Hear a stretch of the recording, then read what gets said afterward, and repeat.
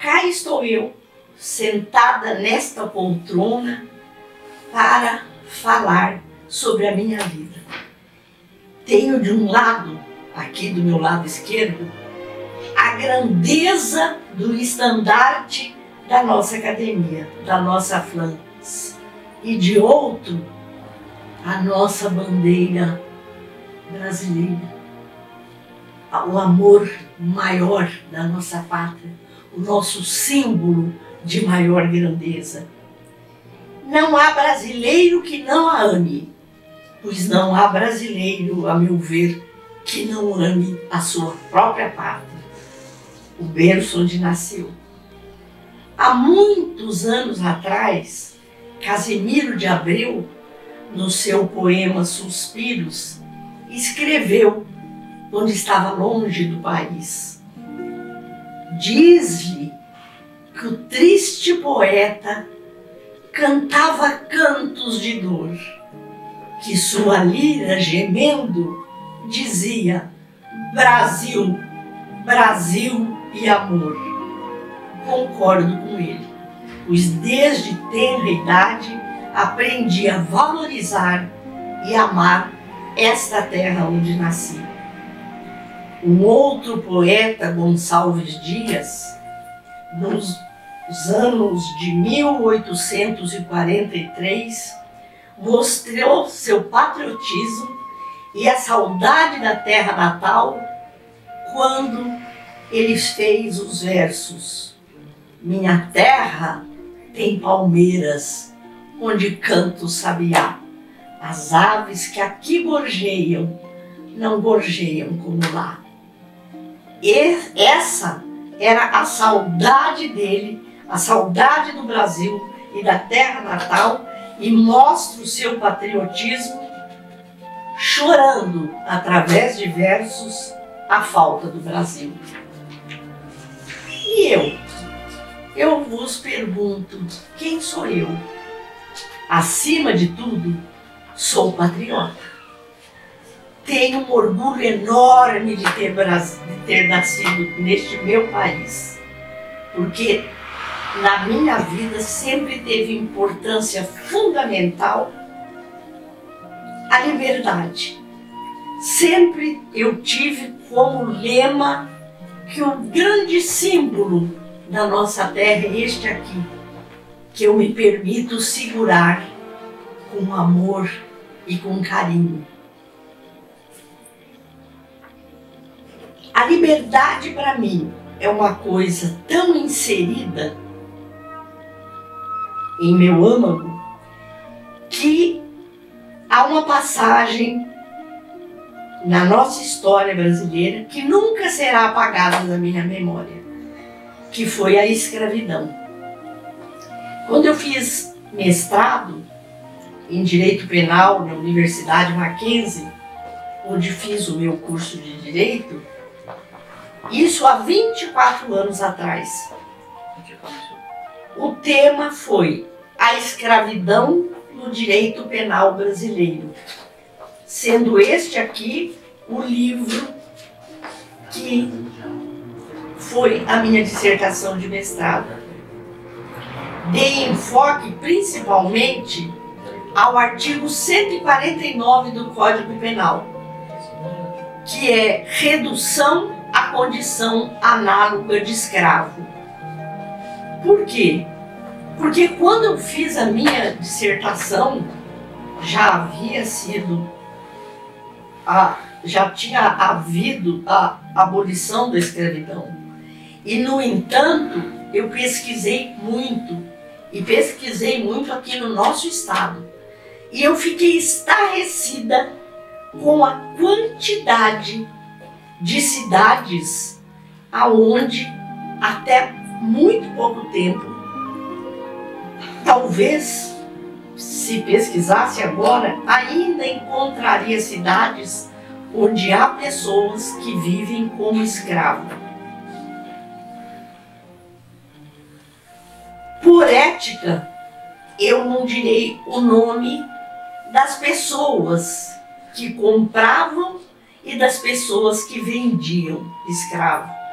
Embora nas cidades onde mais aconteceu esse fato, qualquer pessoa pode chegar no cartório, porque lá vai constar o nome das partes envolvidas, ou seja, o nome do vendedor, o nome do comprador e até o preço pelos quais essa pessoa foi vendida. Agora, não há preço para a liberdade, não há preço neste mundo pelo qual uma pessoa possa comprar outra a seu serviço. E muitos viviam miseravelmente, porque eles compravam em bolichos criados na própria fazenda onde trabalhavam. E esse somatório das despesas era depois, ao final, descontado do salário deles. Quer dizer que no final do mês eles tinham muito pouca coisa em termos monetários para receber.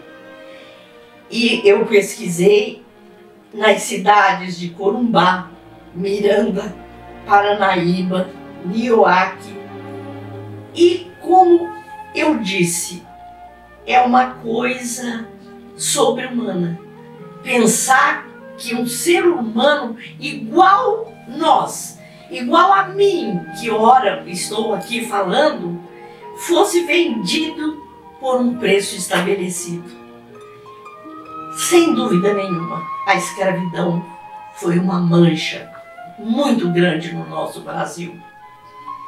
E enfatizando a ideia do que era ser escravo, eu tenho aqui no meu livro, A Escravidão no Direito Penal Brasileiro, um trecho de um lirismo encantador que Carlos Gomes escreveu, relatado no livro Os Maçons e a Abolição da Escravatura. Disse ele: regressando ao Brasil, após o grande sucesso de Guarani no Teatro Scala de Milão, Carlos Gomes resolveu passar uma temporada em sua terra natal, Campinas, antes de retornar à Europa. E certa vez, passeando numa carruagem pelas ruas da cidade, percebeu os sons de um dos trechos de Guarani, executado por uma sanfona, por um miserável escravo. Carlos Gomes, parando, dirigiu-se ao homem como que em sonho, pois ele tocava otimamente, e perguntou-lhe entusiasmado: você conhece bem música? O escravo inhou. Ele falou: você conhece música, não? Não, senhor. E como você toca tão bem? Sabe o que você está tocando? Sim, senhor, é o Guarani. Quer aprender música comigo? Eu lhe ensino. Você tem muito jeito. Vai, portanto, estudar. Obrigada, patrão, mas eu não quero estudar. Por que não quer estudar? Eu garanto que você vai comigo e depois de pouco tempo mostrará o que pode fazer. Não vou, patrão. Mas sou eu, homem de Deus, o autor dessa música. Eu sou Carlos Gomes. Tá muito bem, patrão, mas eu não quero. Quero ficar por aqui mesmo. Carlos Gomes, todavia, ainda sob a forte impressão que lhe causara a perfeita execução de um Guarani no prosaico instrumento, quis ser útil de qualquer maneira. Diga-me pelo menos, então, o que mais é que você deseja possuir? Ah! Exclamou o homem que estava tocando a sanfona, e como se tivesse um nó na garganta. Diga! Encorajou-o Carlos Gomes. O que eu mais queria, era viver como um pássaro que é feliz, pois se bem tratado na gaiola cor-de-rosa do amo, com aquela que me fez ter vontade de tocar umas coisas que bula com o coração da gente, como essa música do Senhor. E por que não se casa então? Por que não se casa para viver com aquela que você ama tanto? Por quê, patrão? Ah, porque não sou louco. O sanfoneiro baixa a cabeça desolado. O maestro, então, num ímpeto, fê-lo subir na carruagem e mandar acelerar a carreira dos animais. Ao chegar à casa do senhor do escravo, desce, entra, depois de longos minutos retoma, trazendo nos olhos grandes e brilhantes uma alegria incomum. Subindo na carruagem e abraçando ao negro que o fita, espantado e trêmulo de emoção, diz: eis aqui a sua felicidade, tome-a, é a sua carta, onde cintila para você a maior joia da vida, a liberdade. Dessa forma, mais uma vez fica enfatizada a ideia de que a maior grandeza do homem é a liberdade, e sem ela a vida não tem expressão, não tem nenhum sentido. Acabei de falar sobre um dos grandes motes que eu levo e tenho na minha vida, que é a liberdade. Agora vou falar um pouco de mim.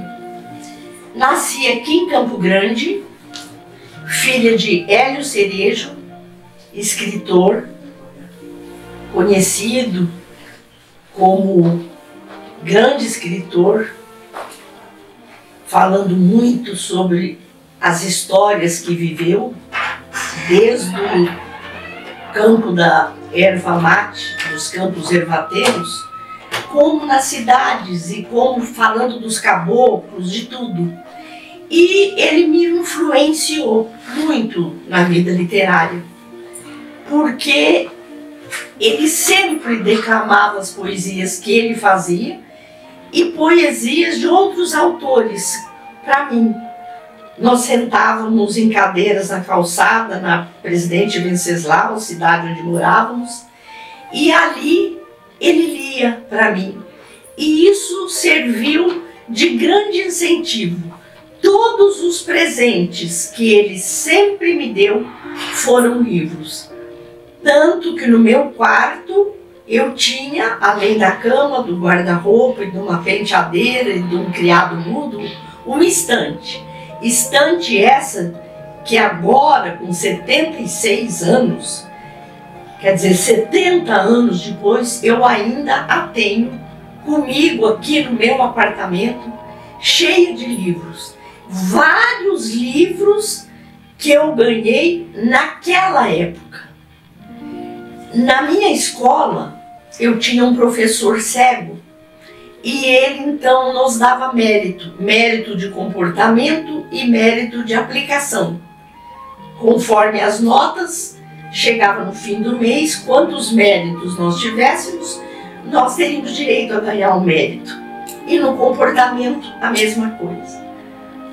Durante os 4 anos que eu ali fiz, 5, porque teve a admissão ao ginásio, que na minha época existia, sempre eu ganhei na classe mérito de comportamento, de aplicação, por ter sempre a maior nota da classe.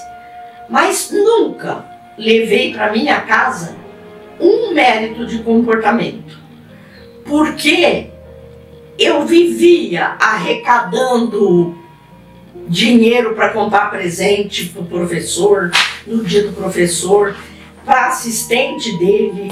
Eu organizava festa para o dia do professor, eu organizava aniversário de um, de outro. Muitas vezes meu professor cego ouvia barulho de conversa na sala e falava: quem está falando? É Dona Elita? Já sei que é Dona Elita. E eu falava: não, professor, não sou eu. Porque muitas vezes não era. E ele me dizia: é a senhora sim, que já tomou chá de vitrola hoje de manhã? Sempre é a senhora que fala. E eu sempre inventei muita coisa na escola.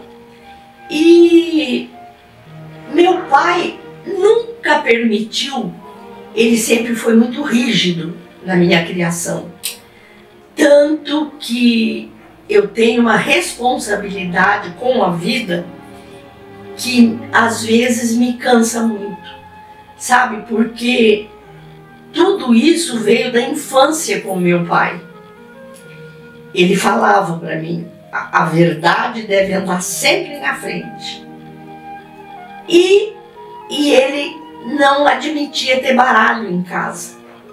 Um dia eu lá na escola, Liceu Dom Pedro de Oliveira Campos, Armando de Oliveira Campos, desculpa, ele se dirigiu a mim, um japonês amigo, e falou para mim: Elita, eu tô vendo que você está olhando tão fascinada para os meus baralhos. Eu falei: olha, é verdade, porque eu sempre quis ter meu baralho em casa para aprender a jogar baralho. E meu pai nunca deixou. Eu falei: você venderia para mim? Ele falou: não, vender não. Mas eu já vi você trazer aqui na escola 2 almanaques do Tico-Tico. Eram almanaques naquele tempo desse tamanho que eu fazia coleção. Até pouco tempo eu ainda tinha um almanaque do Tico-Tico. E ele falou para mim: se você trouxer amanhã 2 almanaques do Tico-Tico, nós trocamos. Eu fico com os teus almanaques e você fica com o meu baralho. Eu fiquei eufórica. No dia seguinte eu coloquei os meus 2 almanaques do Tico-Tico escondidinho na minha pasta, que a gente levava tudo na pasta, os cadernos. Fui, troquei com ele, fiz a minha troca, voltei para casa. E eu tinha uma amiga, Maria Neuza Bonini. Nós duas fomos para o meu quarto, encostei a porta, sentamos na minha cama e ficamos nós duas jogando baralho. Eu não sei te dizer nem o que era, porque eu não sabia jogar baralho. Eu não sei se ela me ensinou na hora. A memória já não me deixa lembrar o que era o jogo. Só sei que eu ouvi uma batidinha na porta e meu pai entrou. Quando meu pai entrou, eu fiquei estarrecida, sem palavras, tamanho o pavor que me deu, porque eu sabia que eu estava descumprindo uma ordem dele. E ele, com a maior calma do mundo, ele virou para mim e falou: baralho em casa é permitido? Eu falei: não, papai, eu sei que não é permitido. O senhor me desculpe, eu cometi um erro. Mas amanhã mesmo eu vou devolver. Eu vou levar os 2 baralhos, vou devolver para o meu colega e o meu colega devolve os meus 2 tico-ticos. Ele falou: não, você está enganada. Você vai levar os 2 baralhos e você vai entregar para ele. Mas os teus almanaques do Tico-Tico você não vai receber. Nunca mais. Porque você deu a sua palavra que você trocaria os teus almanaques pelo baralho.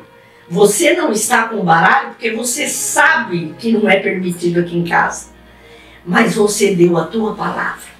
E um homem, um ser humano, tem que honrar a palavra dele hoje e para sempre. Pode colocar na sua pasta e amanhã entregar para ele e falar para ele que você agradece, mas que você está devolvendo isso. Isso ficou tão marcado na minha vida que eu sempre, a verdade para mim ficou em primeiro plano. Então tudo na minha vida, desse dia em diante, que eu devia ter de 8 a 10 anos, a verdade veio em primeiro lugar. Quando eu saí para estudar fora com 15 anos, ele falou: minha filha, você não vai nunca beber, você não vai nunca fumar e não vai andar de carro com o seu namorado ou com qualquer pessoa que você esteja saindo, convivendo. Eu falei, tá bom, papai. Resultado, nunca pus um cigarro na boca. Eu não bebo até hoje, nem socialmente. Eu até gostaria de tomar de vez em quando uma cerveja, um uísque que todo mundo fala que é tão bom. Há pouco tempo, ano passado, eu conheci uma bebida que eu gostei um pouquinho, chamada Aperol. Mas não desce porque ele me falou isso e falou, a verdade deve fazer parte da sua vida.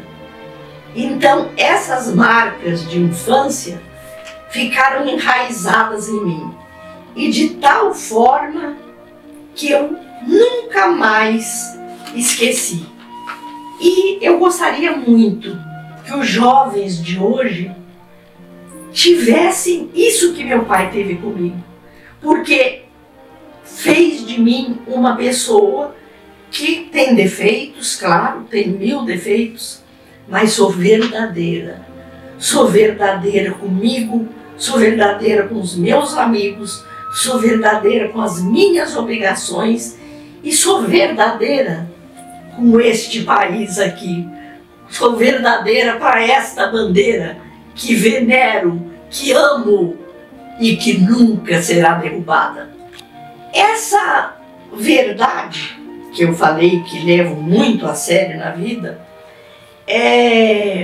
fez de mim, com todos os livros, que eu só ganhava livros da infância, me tornar uma pessoa que gosta muito de ler. E versos mais antigos, não sei se talvez por tê-los ouvido quando criança, afloram no meu processo criativo de uma maneira tal que eu não consigo, eu tenho uma dificuldade imensa, por exemplo, em fazer versos onde não haja rima. Eu sei que isso pertenceu mais aos poetas antigos, de outra época que não a minha. Eu leio hoje em dia poemas das outras confreiras e vejo que não há tanto essa preocupação com rima. E não faz a mínima falta, porque são versos belíssimos. Mas se eu for escrever, e eu escrevo sempre à noite, quando há silêncio total na casa, eu sento na minha varanda que dá para o rio. Eu nunca lembro se é o córrego ou o prosa que corre ali atrás da minha varanda. Isso já a idade levou embora, eu não lembro nunca o nome. Mas eu sento ali ouvindo o barulhinho do córrego, os pássaros, e aflora alguma coisa dentro de mim. Tanto que eu tenho poemas chamado O Vagalume, poema que era de um sonho que eu tive, tudo isso que me vem à noite. E sem dúvida alguma, meu pai influenciou muito o meu processo criativo. Mas eu ando menos criativa atualmente. Estou passando por uma fase, talvez pela pandemia, talvez porque eu tenha deixado me aniquilar um pouco por dentro, o meu processo criativo eu sinto que está diminuindo. E eu não quero deixar isso morrer, nunca. Não quero deixar morrer uma coisa que sempre me fez bem. Então, eu preciso me dedicar mais a criar alguma coisa. Mesmo que alguém não leia, não tem importância, porque fui eu que fiz. Para mim, o meu sentimento está ali dentro daqueles versos. Eu me coloquei ali. Então, mesmo que ninguém folheie aquele verso, e mesmo que achem aquele verso de principiante, não tem importância. Eu escrevi e foi para mim, e isso me fez feliz. Para os que começam agora a vida literária, quer dizer, escrever livros, poemas, a primeira coisa que eu acho que deve ser feita é a leitura. Deve-se ler muito, muito, porque há livros riquíssimos, há exemplos riquíssimos que nós podemos, ao lê-lo, tirar um pouco de cada um para, mesclando-os, fazermos e sentirmos aquilo tudo e fazermos a nossa própria criação. Então, que todos os principiantes o façam com amor aos poemas, com amor aos livros, com amor à arte, porque só assim conseguirão triunfar. A minha profissão influenciou bastante no meu processo criativo, tanto que foi pela minha profissão que eu fui convidada por um desembargador para fazer parte de um projeto que se chama APAC, Associação de Proteção e Assistência aos Condenados.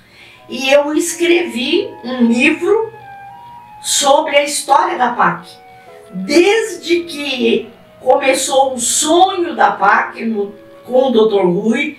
Ele passou para mim e nós começamos a sonhar juntos, porque eu senti muito de perto com a minha clientela o que era a pobreza, o que era a falta de liberdade.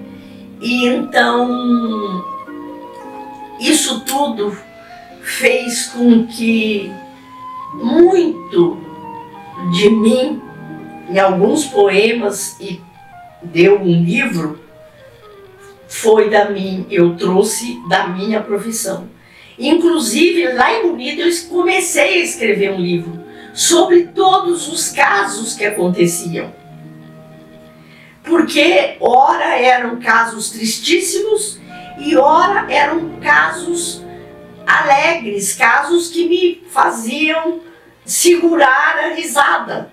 E eu até conto um deles, para ficar mais leve aqui o nosso bate-papo. Um dia eu chego cedo, sempre em segundas-feiras, eu mal podia entrar na defensoria, tantas eram as pessoas a reclamar. E eu vi que um senhor estava caído no chão, embriagado. Mas até chegar a vez dele, ele já estava mais ou menos lúcido. E aí, quando eu o atendi, ele falou para mim, falei, o que aconteceu com o senhor? Ah, doutora, a senhora não sabe o que aconteceu comigo. Eu sou um homem bom. Eu moro com a minha cunhada. A minha cunhada pede para lavar a louça para ele, eu lavo, pede para varrer o terreiro, eu barro, pede para eu apanhar as frutas no pomar, eu apanho. Tudo que ela pede para mim, eu faço. Eu não sei por que ela veio implicar comigo, mas eu sou um homem bom. A senhora não sabe o quanto eu sou bom. A senhora não sabe que a senhora nunca morou comigo. Vamos morar comigo para a senhora ver. Eu precisei segurar a risada da simplicidade dele. Vamos morar comigo para a senhora ver. No dia de hoje, eu escrevo os meus livros, fiz o lançamento deles e acho que esta entrevista de agora, os que estão me ouvindo já vão conhecer um pouco de mim. Os que vierem e as acadêmicas que vierem a ocupar as cadeiras daquelas que o tempo vai levar, porque é o final de todos nós, eu gostaria que eles lessem os meus poemas, porque em muitos deles eu retrato o amor que eu tive pelos meus pais. Eu quero que fique retratado o amor que eu tive pela minha infância, o respeito que eu tive, uma coisa que hoje em dia está tão distante. Então eu quero que daqui a uns 30 anos, até meus netos, quando forem ler, eles hão de perceber que eu sempre procurei ser justa, que eu sempre fui. Eles às vezes me criticam: vovó, você é muito preocupada, você é muito apressada para resolver as coisas. Sou mesmo. Um dia a corregedora da Defensoria Pública mandou um bilhete para mim: Elita, não apresse, não leve muito a sério a vida, afinal você nunca vai sair viva dela. Eu não esqueço dessa frase até hoje.